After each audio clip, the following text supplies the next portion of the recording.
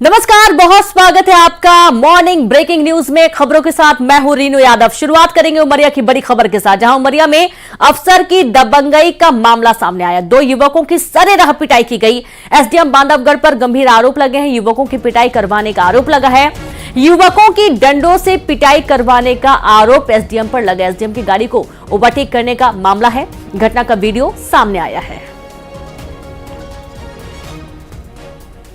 तो खबर उमरिया से, जहां एसडीएम की गाड़ी को ओवरटेक करने के मामले में जानकारी यह है कि एसडीएम ने पिटवाया है युवकों को। उमरिया में अफसर की दबंगई देखने को मिली, जहां 2 युवकों की सरेराह जमकर पिटाई हुई है।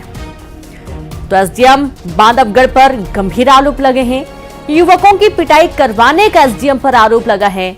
दरअसल एसडीएम की गाड़ी को ओवरटेक करने का पूरा मामला था और इसके चलते ये जानकारी है कि एसडीएम ने ही इन दोनों युवकों को पिटवाया है। घटना का वीडियो सामने आया है, सोशल मीडिया पर वायरल हो रहा है।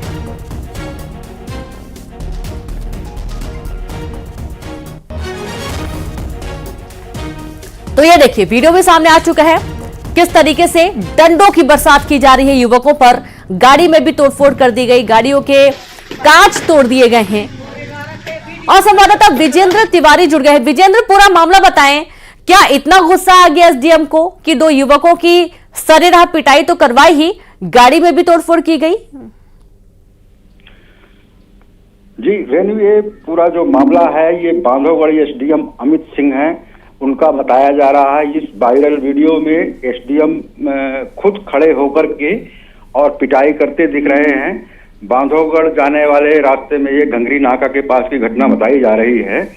जो अभी तक जानकारी सामने आई है उसके मुताबिक एसडीएम साहब जो है वो कल रामलला की प्राण प्रतिष्ठा कार्यक्रम में आयोजित कार्यक्रमों की निगरानी में निकले थे और कानून व्यवस्था को ठीक करने के लिए निकले थे। उसी दौरान ये पूरा मामला हुआ है और ओवरटेक करने का पूरी घटना बताई जा रही है कि एसडीएम की जो गाड़ी थी उससे आगे निकल गए थे ये युवक और उसी की सजा एसडीएम ने आगे जाके और इनको दिलवाई है। बिल्कुल, तो युवकों ने कोई शिकायत की क्या कि ये पूरा मामला है, जिस तरीके से उन्हें पीटा जा रहा है, इसका कोई विरोध? जी, अभी शिकायत की तो बात सामने नहीं आई, लेकिन जिस तरीके से ये वीडियो वायरल हुआ है और लोग सरकारी अधिकारियों की दबंगई का विरोध कर रहे हैं, तो उसके मद्देनजर पुलिस तक बात पहुंची है और पुलिस ने जो पीड़ित लड़के हैं उनके बयान लिए।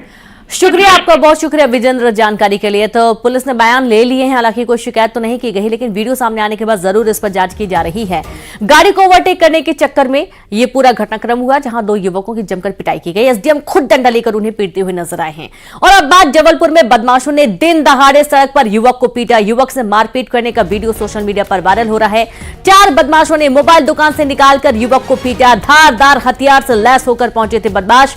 1 सप्ताह पुराना वीडियो बताया जा रहा है। चंद कदम दूर था पुलिस का हेलमेट चेकिंग पॉइंट। मौके पर पहुंची पुलिस ने आरोपियों को मौके से ही छोड़ दिया। पीड़ित युवक ने गढ़ा थाने पहुंचकर कराई थी शिकायत दर्ज। 1 सप्ताह बाद भी आरोपी युवकों पर कार्रवाई नहीं हुई है।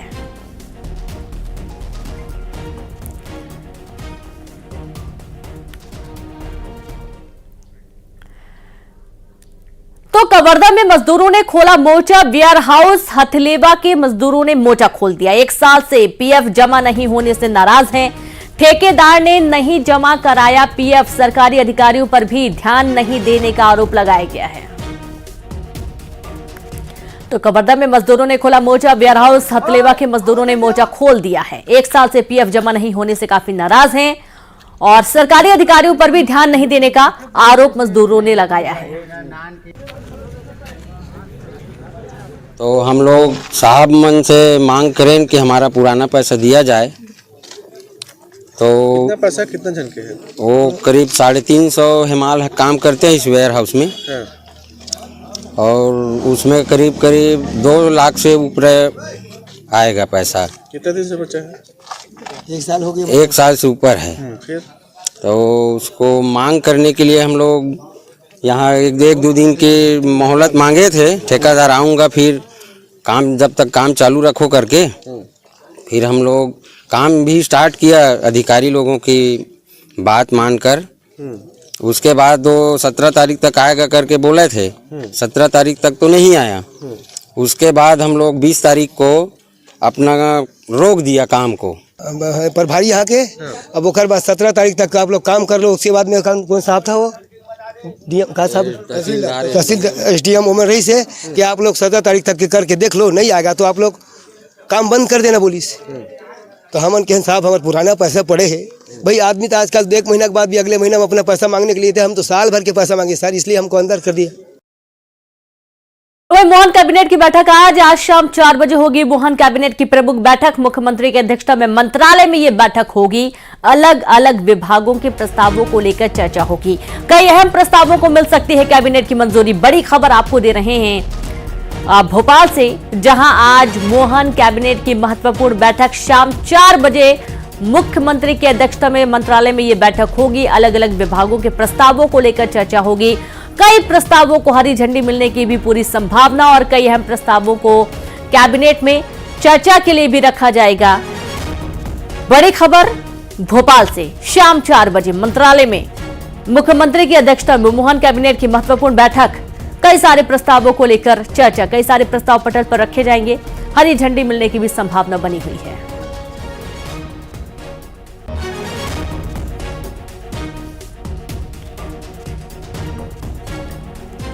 तो महत्वपूर्ण बैठक आज मोहन कैबिनेट की और शाम 4 बजे मंत्रालय में यह बैठक होगी। तो रायपुर में बीजेपी कोर कमेटी की महत्वपूर्ण बैठक आज होने वाली है, जहां बीजेपी प्रदेश प्रभारी ओम माथुर शामिल होंगे। बैठक में शामिल कुशाभाऊ ठाकरे परिसर में कोर कमेटी की महत्वपूर्ण बैठक होगी। शाम 6 बजे कोर कमेटी की यह बैठक होने वाली है। तो बीजेपी कोर कमेटी की महत्वपूर्ण बैठक रायपुर में प्रदेश प्रभारी ओम माथुर इसमें शामिल होंगे। बैठक में जो बैठक है वो कुशाभाऊ ठाकरे परिसर में होगी और कोर कमेटी की बैठक शाम 6 बजे रखी गई है।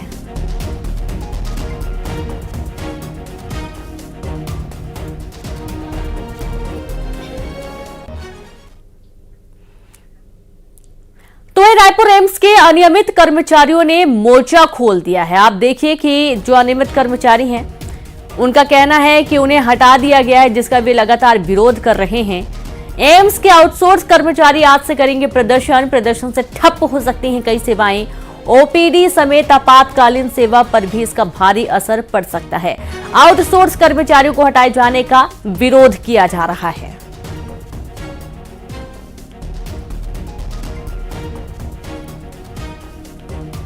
तो बड़ी खबर रायपुर से, जहां रायपुर एम्स के अनियमित कर्मचारियों ने खोला मोर्चा। एम्स के आउटसोर्स कर्मचारी आज करेंगे प्रदर्शन।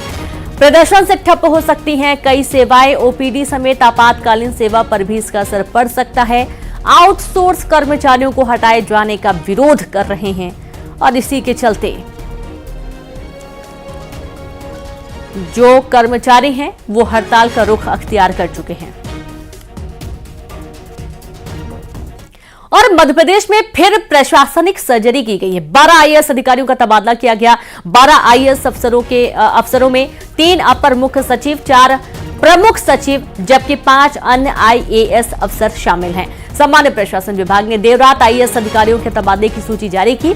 मनीष सिंह को वित्त विभाग का प्रमुख सचिव बनाया गया, जबकि अपर मुख्य सचिव गृह विभाग का जिम्मा संभाल रहे हैं। राजेश कुमार राजौरा को नर्मदा घाटी विकास प्राधिकरण का उपाध्यक्ष और अपर मुख्य सचिव बनाया गया। इनके अलावा वरिष्ठ आईएएस एसएन मिश्रा, अजीत केसरी, संजय दुबे, दीपाली रस्तोगी, अमित राठौर, तरुण कुमार पिथोड़े, रोशन कुमार गंचा सनोबर और साथ ही शीला दाहिमा, प्रताप नारायण त्यागी का नाम शामिल है। इनका विभाग बदला गया है।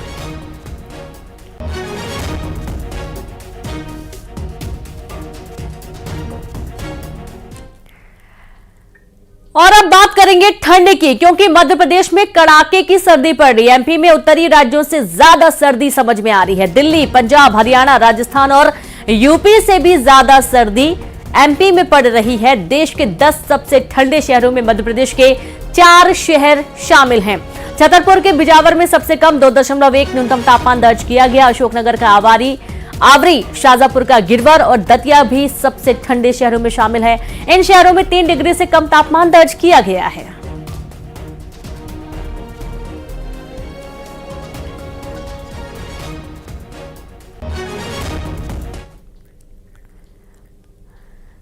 ग्वालियर में सर्दी ने कहर बरपाया है। कल का दिन सीजन का 12वां सीवियर कोल्ड डे रहा और अधिकतम तापमान 15.2 डिग्री दर्ज हुआ है। आज घने कोहरे की आशंका जताई जा रही है।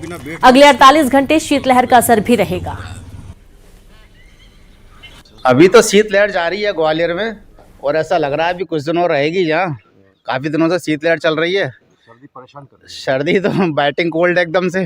हाँ, तो अशोकनगर भी कड़ाके की ठंड की आगोश में है। न्यूनतम तापमान 6 डिग्री दर्ज किया गया और लगातार पड़ रहा कोहरा फसलों के लिए नुकसानदायी साबित हो रहा है। पारा लुढ़कने के चलते स्कूलों के समय में बदलाव किया गया है।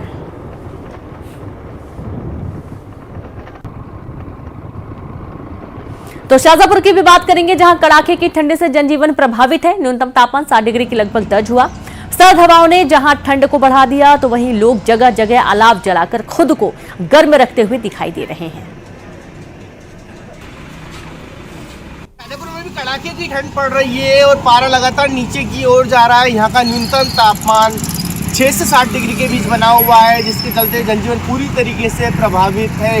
मौसम विभाग का मानना है कि जिस तरीके से पहाड़ी क्षेत्रों में बर्फबारी हुई उसके बाद जो है पारे में गिरावट दर्ज की जा रही है। सबसे ज़्यादा परेशानी उन लोगों को हो रही है जिन्हें सुबह काम के लिए निकलना है या फिर वो बच्चे जिन्हें कोचिंग या स्कूल के लिए जाना है। हालांकि छोटे बच्चों को फिलहाल टाइमिंग में राहत शासन की तरफ से दी गई है। मौसम विभाग का मानना है कि आने वाले वक्त में पारा और नीचे जा सकता है। लगभग 4 से 5 दिनों के बाद ही तापमान में थोड़ी बढ़ोतरी होगी। सुनील लंचोरिया, न्यूज़ 18 उत्तर प्रदेश, शाजापुर। और इसी बीच इंदौर से बड़ी खबर का रुख, जहां सेंट्रल जेल में कैदी ने किया सुसाइड। जेल प्रशासन में हड़कंप मच गया। पत्नी के मर्डर केस में सजा काट रहा था कैदी, शव को पोस्टमार्टम के लिए भेज दिया गया। सुसाइड करने का कारण अज्ञात है। जेल प्रशासन ने जांच के आदेश दे दिए हैं, लेकिन कैदी ने सुसाइड किया। जेल के अंदर कई सारे सवाल खड़े होते हैं, निगरानी को लेकर भी सवाल खड़े होते हैं। जेल प्रशासन ने जांच के आदेश दे दिए हैं।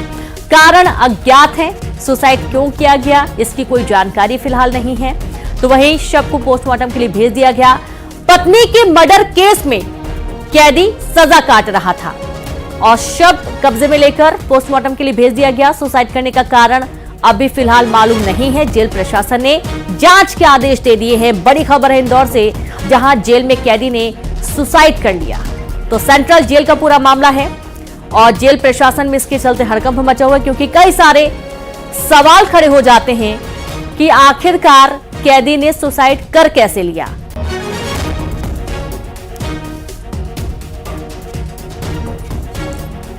तो खबर इंदौर से, जहां सेंट्रल जेल में कैदी के सुसाइड करने से हड़कंप मचा हुआ है जेल प्रशासन में और अब जांच की जा रही है कि आखिरकार यह सुसाइड हुआ कैसे, किया कैसे आरोपी ने। और पत्नी के मर्डर केस में ये जेल में सजा काट रहा था जिसने सुसाइड किया है।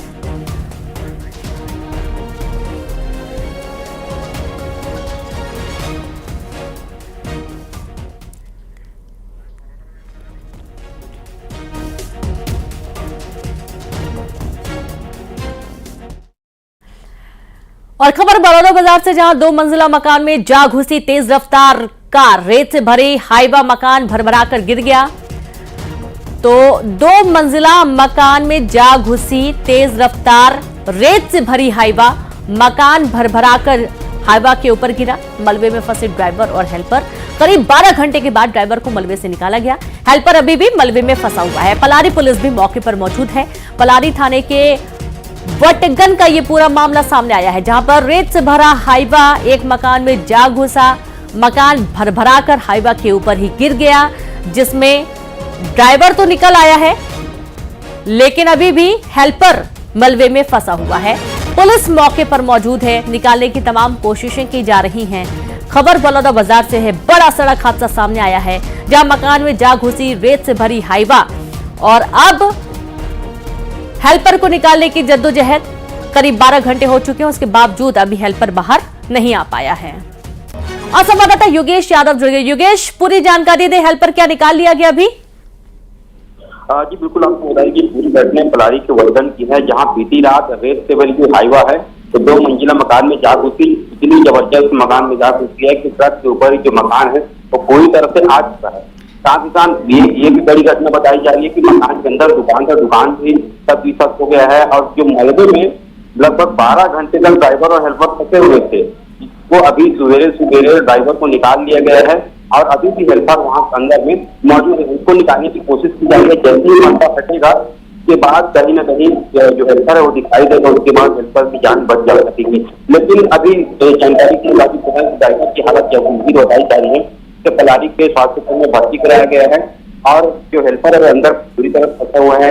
रेत से बनी हाईवा है, लगातार पुलिस विभाग द्वारा, जिला प्रशासन द्वारा और समिति द्वारा खनन के का प्रतिबंध लगा के रखा है। तो देख सकते हैं किस तरह से रेत से बड़ी जो घटना है जा रही पूरी तरह जाए और वह बीती रात योगेश, शुक्रिया आपका जानकारी के लिए। तो फिलहाल हेल्पर को भी निकालने की तमाम कोशिशें की जा रही हैं। ड्राइवर को तो निकाल लिया गया, 12 घंटे हो चुके हैं करीब, और उसके बावजूद अभी भी हेल्पर फंसा हुआ है। भीड़ भी काफी लग चुकी है, मौके पर रेस्क्यू टीम भी पहुंच चुकी है, पुलिस मौके पर मौजूद है। अब कोशिश की जा रही है कि हेल्पर को भी सुरक्षित बाहर निकाला जा सके। संपर्क करने की भी कोशिश। रेत से भरी यह हाईवा थी जो कि अनियंत्रित होकर एक मकान में जा घुसी, मकान भरभरा कर ऊपर गिर पड़ा और अब तमाम जद्दोजहद। गनीमत यह है कि मकान में किसी को कोई नुकसान नहीं पहुंचा, लेकिन ड्राइवर और कंडक्टर जरूर टूटे हुए हैं।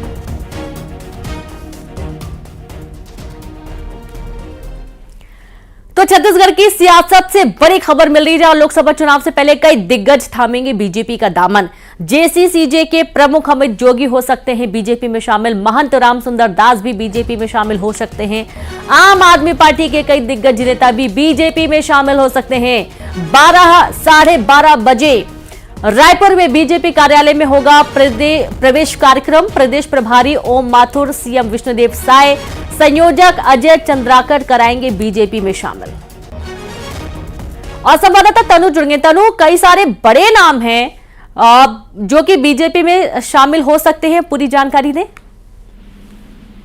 जी बिल्कुल, देखिए लोकसभा चुनाव से पहले कई दिग्गज जो है बीजेपी का दामन थाम सकते हैं और लोकसभा चुनाव से पहले ये पहला भाजपा जो है प्रवेश है जिसमें कई बड़े नेताओं के प्रवेश की बात चल रही है। रायपुर दक्षिण से कांग्रेस प्रत्याशी रहे महंत रामसुंदर दास भी आज बीजेपी में शामिल हो सकते हैं और बीते दिनों प्रदेश प्रभारी ओम माथुर के साथ शिवरी नारायण में रामसुंदर दास महंत की लंबी चर्चा भी हुई थी और उसी समय से अटकलें लगाई जा रही थी कि रामसुंदर दास महंत जो है बीजेपी में शामिल हो सकते हैं। इसके अलावा कुछ दिन पहले ही आम आदमी पार्टी के प्रदेश अध्यक्ष समेत कई पदाधिकारियों ने पार्टी से इस्तीफा दे दिया था, जिसके बाद भी अटकलें लगाई जा रही थी कि आम पार्टी के जो पदाधिकारी हैं और प्रदेश अध्यक्ष वो बीजेपी में शामिल हो सकते हैं। ऐसे में बीजेपी आम आदमी पार्टी के प्रदेश अध्यक्ष कोमल हुपेंडी समेत कई पदाधिकारी के जो हैं आज वो बीजेपी में शामिल हो सकते हैं। इसके अलावा जोगी कांग्रेस के अमित जोगी भी जो हैं वो आज भाजपा प्रवेश कर सकते हैं। आज 12:30 बजे रायपुर में बीजेपी कार्यालय में भाजपा प्रवेश का जो है कार्यक्रम रखा गया है, जिसमें प्रदेश प्रभारी ओम माथुर, सीएम विष्णुदेव साय, संयोजक अजय चंद्राकर जो है इन को बीजेपी में प्रवेश कराएंगे। और आगे देखने वाली बात होगी और कहा भी जा रहा है कि करीब 500 से अधिक दूसरे पार्टी के नेता जो है आज भाजपा में प्रवेश कर सकते हैं। ऐसे में देखने वाली बात होगी। और तनु, बहुत बड़ी बात ये भी यहाँ पर सामने आ रही है कि जैसा आप बता रही हैं अमित जोगी का नाम सामने आ रहा है और आप पार्टी के जो बड़े पद पर आसीन है इनका नाम सामने आज आ रहा है। अगर ये बीजेपी में शामिल हो जाते हैं तो जाहिर सी बात है पार्टी का तो अस्तित्व ही खतरे में आ जाएगा छत्तीसगढ़ में। जी बिल्कुल, देखिए विधानसभा चुनाव में आम आदमी पार्टी और जोगी कांग्रेस को करारी हार मिली थी और जो उनका बहुत ही कहा जा सकता है कि बेकार प्रदर्शन छत्तीसगढ़ के विधानसभा चुनाव में रहा है, जिसके बाद लगातार ये इस्तीफे वाली बातें भी जो सामने आ ही रही थी। और ऐसे में बीते कुछ दिन पहले ही आम आदमी के प्रदेश अध्यक्ष कोमल हुपेंडी ने 6 पदाधिकारियों के साथ इस्तीफा दिया था और ये सभी जो है आज भाजपा में प्रवेश करने वाले हैं। और लोकसभा चुनाव से पहले बीजेपी का ये पहला बड़ा प्रवेश कार्यक्रम जो है वो है और ये 12:30 बजे कुशाभाऊ ठाकरे परिसर में होगा। जी बिल्कुल तनु, और बहुत आश्चर्य की बात है कि इतनी बड़ी संख्या में जो अन्य पार्टियों के नेता हैं, बड़े नेता हैं, वो बीजेपी में शामिल हो सकते हैं। इसके बजाय कि अपनी पार्टी को और मजबूत किया जाए और मशक्कत की जाए, अगले चुनावों की तैयारी की जाए, इन्होंने तो बिल्कुल हाथ डाल देने बराबर काम किया है। जी बिल्कुल, देखिए इससे पहले भी विधानसभा चुनाव के लिए दूसरी पार्टी की करीब 20,000 से अधिक पदाधिकारी और कार्यकर्ता ने भाजपा ज्वाइन की थी और उसी कड़ी में आज फिर लोकसभा चुनाव से पहले ये प्रवेश कार्यक्रम जो है आज रखा गया है। और आपको बता दूं कि प्रदेश प्रभारी ओम माथुर भी 24 जनवरी तक छत्तीसगढ़ दौरे पर हैं और इस दौरान ओम माथुर जी जो है वो दूसरे पार्टी के कौन कौन लोग शामिल होना चाहते हैं, उनकी क्या शर्तें हैं और वे भाजपा के प्रचार में क्या भूमिका निभाएंगे, इन सभी अहम बिंदुओं पर ध्यान में रखकर आज चर्चा भी करेंगे और इसके बाद ही उनकी सूची तैयार करके थोड़े दिन में भाजपा का प्रवेश कार्यक्रम जो है आयोजित होगा। तो ऐसे में लोकसभा चुनाव के लिहाज से ये भाजपा प्रवेश कार्यक्रम जो है काफी अहम माना जा रहा है। जी जी बिल्कुल। और अब ये भी देखा जा रहा है तनु कि मैदान में भाजपा की अब सीधी लड़ाई कांग्रेस से ही रहेगी, क्योंकि जो क्षेत्रीय पार्टियां हैं जिन्होंने अपना बहुत मजबूती के साथ अस्तित्व बना के रखा हुआ था, अब उनके दिग्गज ही अगर बीजेपी में शामिल हो रहे हैं तो जाहिर सी बात है कि अब सीधे टक्कर देने के लिए कांग्रेस ही रहेगी। बाकी अन्य जो क्षेत्रीय पार्टियां हैं वो तो एक तरीके से पूरी सिमट सी चुकी हैं। जी बिल्कुल, देखिए बीजेपी जो है लोकसभा चुनाव की तैयारियों के लिए काफी समय पहले से ही अपनी तैयारियां जो है शुरू कर ली और उन्होंने लगातार दावा भी किया है कि इस बार वो छत्तीसगढ़ में 11 से 11 सीट जो है जीतने का दावा लगातार बीजेपी करती आई है। पिछले बार के लोकसभा चुनाव की हम बात करें तो बीजेपी जो है 11 सीटों में से 9 सीटों में सिमट गई थी और 2 सीट जो है कांग्रेस के खाते में गई थी। ऐसे में मोदी की गारंटी को लेकर भी लगातार जो है वो रणनीति बन ही रही है और आज भाजपा प्रवेश कार्यक्रम भी है। ऐसे में बीजेपी जो है लोकसभा चुनाव को लेकर पूरी तरह से जो है तैयारी में जुट गई है और एक बड़ी रणनीति लोकसभा चुनाव के लिए बीजेपी जो है बिल्कुल बिल्कुल। तनु, बहुत शुक्रिया आपका तमाम जानकारी के लिए। तो अमित जोगी भी बीजेपी में शामिल हो सकते हैं, ऐसी जानकारी, और कई बड़े चेहरे आज बीजेपी की सदस्यता ग्रहण कर सकते हैं। और इसी के साथ इस बुलेटिन में इतना ही। नमस्कार।